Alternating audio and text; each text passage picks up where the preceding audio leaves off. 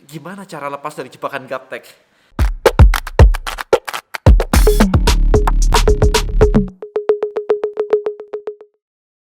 Oke, guys, di video kali ini saya pengen share kepada Anda ya. Gimana caranya lepas dari jebakan gaptek. Karena banyak yang bilang kalau mau masuk ke bisnis online, wah Dan saya gaptek nih. Mau masuk belajar di kelas saya waktu itu di M-Elite, wah saya gaptek nih dan sebagainya. Jadi gaptek selalu dibuat sebagai sebuah alasan. Anak saya nggak lahir dan bilang, "Pak, saya gaptek." Dia nggak ngomong kayak gitu. Untungnya dia nggak ngomong kayak gitu. Jadi saya ngajarin udah langsung, sekarang udah lancar banget main iPad kayak main semuanya, jadi lancar banget. So, gaptek mostly adalah di mindset. But problemnya adalah gimana cara lepas dari jebakan gaptek. Oke, kalau biasanya kita cuma ngomongin itu cuma mindset dan sebagainya, Anda harus belajar. Kali ini saya pengen share pada Anda, ada beberapa hal, ada 6 hal di sini yang sudah saya tulis di sini, gimana caranya, step by step-nya, Anda beneran lepas dari jebakan gaptek. Karena hari ini semua udah mulai digeser pelan-pelan masuk ke dunia digital, jadi kita nggak lagi bisnis offline, semakin sulit bisnis offline, at least 2 tahun ke depan, maybe masih struggling kayak begini, hopefully lebih cepat ya, lebih cepat, lebih baik, tapi kalau nggak bisa, kalau belum bisa, kenapa Anda harus membatasi diri Anda dengan mengatakan bahwa diri Anda adalah orang yang gaptek? Why gitu kan? Jadi ini adalah video gimana cara lepas dari jebakan gaptek. Oke, yang pertama adalah edukasi, continuous education. Jadi lihat deh sekarang kenyataannya. Kita sekolah sampai umur berapa sih? Kalau bagus sampai S1 gitu. Ya ada yang S2, ada yang S3, tapi mostly kalau bagus sampai S1. Ada yang SMA selesai karena nggak mampu bayar. Ada yang SMP, ada yang SD. Well, kita ambil general aja. I think secara umum ya kuliah lah ya. Secara umum by the way. Tapi habis itu apa? Habis itu Anda berhenti. Emang di kuliah diajarin pakai digital marketing yang technical dan sebagainya? Enggak juga tuh. Oke, Anda mau lulusan S1, mau lulusan SD, mau lulusan SMA, I think pengalaman digital marketing kurang lebih sama ya sebenarnya ya. Jadi buat saya satu hal adalah kenapa Anda harus berhenti belajar ketika Anda selesai kuliah? Kita ngomong belajar ya, saya nggak ngomong sekolah teman-teman. I don't think sekolah adalah sekolah, tapi education itu sampai mati tetap harus ada education. Nah problemnya adalah most people berhenti ketika selesai sekolah, edukasinya stop. Mereka berpikir bahwa modal yang selama ini didapatkan bisa menghasilkan hasil yang luar biasa. Apparently no. Ya kenyataannya kayak gitu kan. Oke, so orang-orang yang sukses, mostly mereka akan terus belajar ke sana kemari. Bisa ikut seminar, bisa ikut online course, bisa punya belajar di tempat yang lain, anything, kursus misalnya, macam-macam. Yang penting adalah terus belajar. Nah pertanyaan saya, kalau Anda mengatakan diri Anda gaptek, nomor satu ini adalah continuous education. Apakah Anda sudah melakukan atau mengikuti kelas online, apapun itu sekarang, kursus tentang komputer, tentang apapun yang Anda sebut gaptek tadi, pasti ada kelasnya kok. Dan apakah Anda sudah ngelakuin itu semua? Kalau enggak ya wajar kalau Anda gaptek. Ya memang akhirnya Anda nggak boleh ngeklaim gaptek. Anda gaptek by choice. Pilihan Anda untuk menjadi gaptek. Tapi kalau Anda mau lepas, well ini. Yang kedua adalah understanding your customer. Kenapa balik lagi ke customer? Karena tujuan Anda untuk tidak gaptek, untuk belajar teknologi adalah untuk bisa bisnis online. Nah, kalau Anda mau belajar untuk bisa bisnis online, otomatis Anda harus tahu market Anda di online seperti apa. Channel apa yang mereka gunakan. Apakah mereka pakai TikTok? Apakah mereka pakai Instagram? Atau mereka pakai YouTube? Or malah Google? Jadi Anda harus belajar yang namanya Google Ads misalnya, SEO misalnya, bikin website misalnya, meskipun hal-hal tersebut bisa di-outsource teman-teman. Ya, jadi itu bisa di-outsource sebenarnya.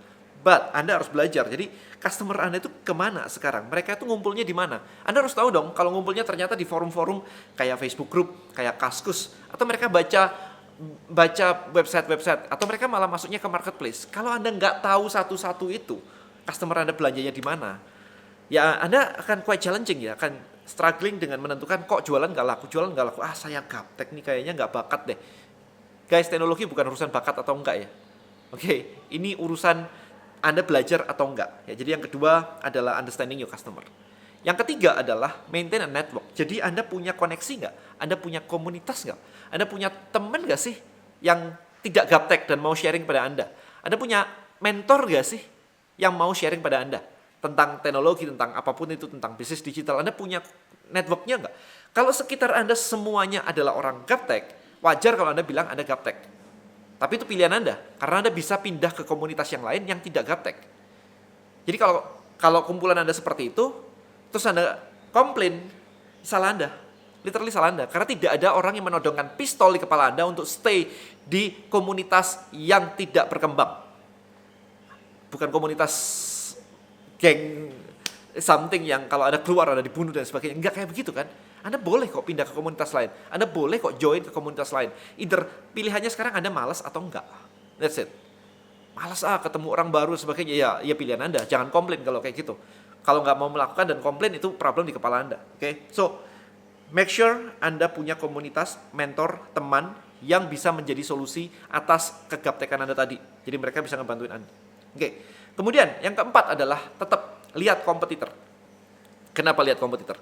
Karena Anda perlu tahu, kompetitor adalah orang terdekat yang melakukan hal yang sama terhadap market yang sama terhadap bisnis Anda.